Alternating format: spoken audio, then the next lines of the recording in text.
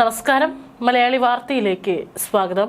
കഴിഞ്ഞ ദിവസമാണ് രാജ്യത്തെ നടുക്കിയ ഗാസിയാബാദ് സഹോദരിമാരുടെ ആത്മഹത്യ നടന്നത്. 3 സഹോദരിമാർ, അവരെല്ലാം തന്നെ ചെറിയ പ്രായത്തിലുള്ള പെൺകുട്ടികളാണ്. 9ാം നിലയിൽ നിന്ന് ചാടി ആത്മഹത്യ ചെയ്തത്. ഇപ്പോൾ അതിന്റെ കൂടുതൽ വിവരങ്ങൾ പുറത്തു വരികയാണ്. ഈ സഹോദരിമാർ ജീവിച്ചിരുന്നത് പാരലൽ കൊറിയൻ യൂണിവേഴ്സിലായിരുന്നു എന്നുള്ളതാണ് റിപ്പോർട്ടുകൾ. വെർച്വൽ ലോകത്തായിരുന്നു അവർ. 8 പേജ് ആത്മഹത്യാ കുറിപ്പിലും മാതാപിതാക്കളുടെ മൊഴിയിലും അക്കാര്യം അന്വേഷണ സംഘത്തിന് ബോധ്യമായി.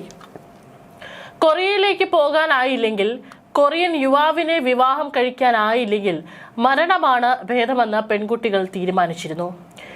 ഏകാന്തത അവർ അനുഭവിച്ചിരുന്നുവെന്ന് തെളിയിക്കുന്നതാണ് മുറിയിൽ വരച്ചു വെച്ചിരുന്ന കരയുന്ന പെൺകുട്ടികളുടെ അടക്കം ചിത്രങ്ങൾ.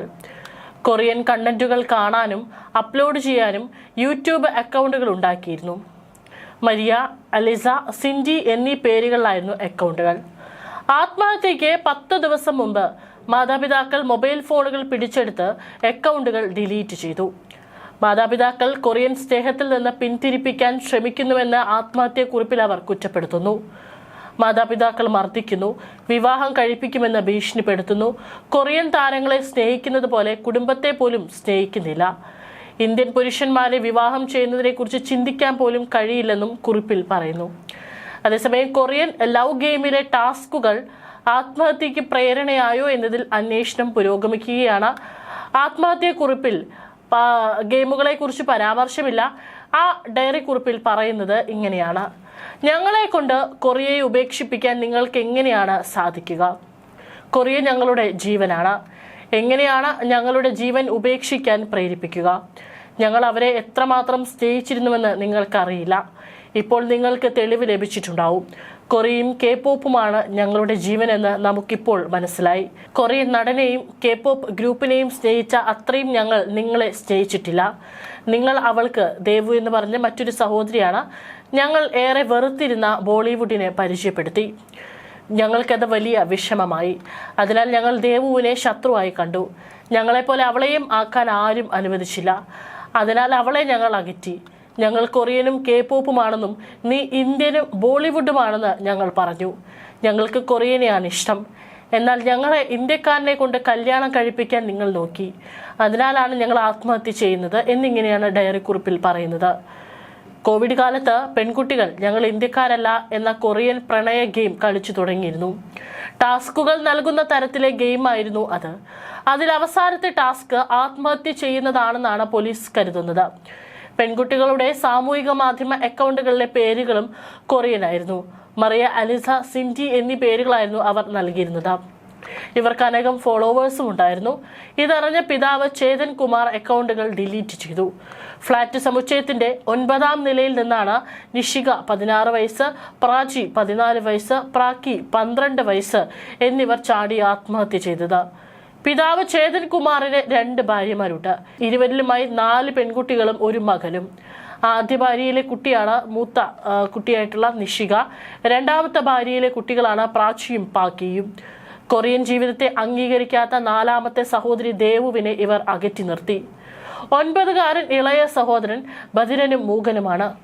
കുടുംബത്തിലെ സാമ്പത്തിക പിരിമുറുക്കവും പെൺകുട്ടികളെ ബാധിച്ചിരുന്നുവെന്നാണ് വിവരം. 2 കോടിയിൽ പരം സാമ്പത്തിക ബാധ്യതയുണ്ടെന്ന റിപ്പോർട്ടുകളും പിതാവ് തള്ളുന്നുണ്ട്. 30 ലക്ഷത്തിനടുത്ത് കടമുണ്ട്. ആത്മഹത്യയുമായി അതിന് ബന്ധമില്ല. തങ്ങളെ കൊറിയയിലേക്ക് കൊണ്ടുപോകണമെന്ന് പെൺകുട്ടികൾ നിരന്തരം ആവശ്യപ്പെട്ടിരുന്നു. ഇന്ത്യക്കാരനാണെന്ന് ഓർമ്മപ്പെടുത്തുമ്പോൾ കയർക്കുമായിരുന്നു. കുട്ടികളുടെ ഓൺലൈൻ പ്രവൃത്തികൾ മാതാപിതാക്കൾ ശ്രദ്ധിക്കണമെന്നും പിതാവ് വിഷമത്തോടുകൂടി പറയുന്നു. കുടുംബത്തിലെ 2 കോടിയോളം രൂപയുടെ കടമുണ്ട് എന്നുള്ള കാര്യം തള്ളിയിട്ടുണ്ട്.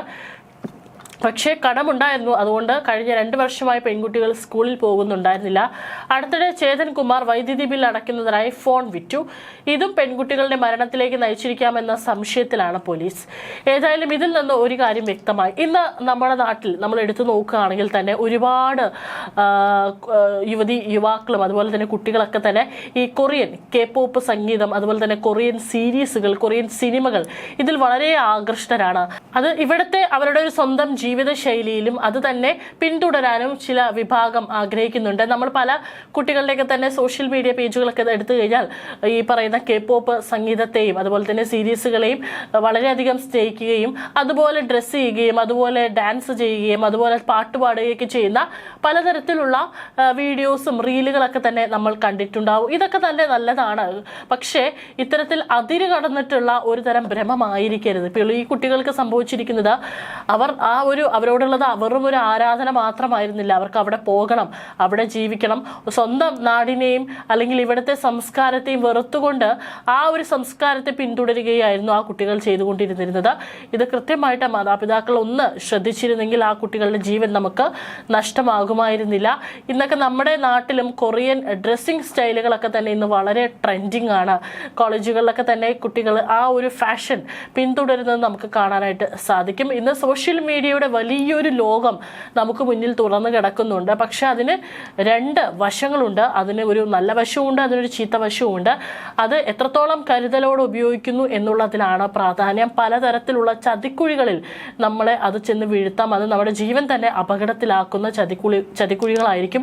മാത്രമല്ല നമ്മളെ മാനസികമായിട്ട് നമ്മളെ തളർത്താനും അല്ലെങ്കിൽ മാനസികമായിട്ട് നമ്മളെ മറ്റൊരു ജീവിത തലത്തിലേക്ക് കൊണ്ടുപോകാനും ഇത്തരത്തിലുള്ള സോഷ്യൽ മീഡിയയുടെ ദുരുപയോഗം കൊണ്ട് സാധിക്കുമെന്നുള്ളതാണ് മറ്റൊരു കാര്യം. ഇവിടെയും ഈ പെൺകുട്ടികൾ മറ്റൊരു പാരലൽ വേൾഡിലാണ് ജീവിച്ചിരുന്നത്.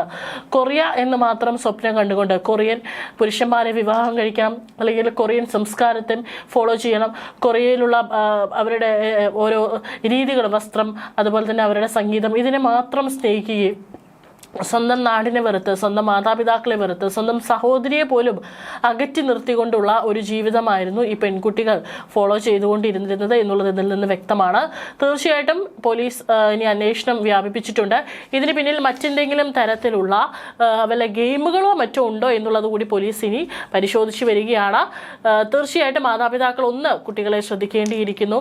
മൊബൈൽ ഫോണൊക്കെ തന്നെ അവർക്ക് കൊടുക്കുമ്പോഴും അതിലൊക്കെ തന്നെ ഒരു ബൗണ്ടറി സെറ്റ് ചെയ്യുക. മാത്രമല്ല എന്താണ് അവർ ചെയ്യുന്നത്, ആ ഒരു മൊബൈൽ ഫോൺ അല്ലെങ്കിൽ ഒരു സ്മാർട്ട് ഫോൺ കുറച്ചു നേരം കുട്ടികളുടെ കയ്യിൽ കിട്ടുമ്പോൾ അതുകൊണ്ട് അവരെന്താണ് ചെയ്യുന്നത് എന്നുള്ളത് കൂടി കൃത്യമായിട്ട് മാതാപിതാക്കൾ അത് നോക്കുക തന്നെ വേണം. അല്ലെങ്കിൽ ഇത്തരത്തിലുള്ള ചതിക്കുഴികളിലും നമ്മുടെ മക്കളും ചെന്ന് വീഴാനുള്ള എല്ലാ സാധ്യതയുമുണ്ട്.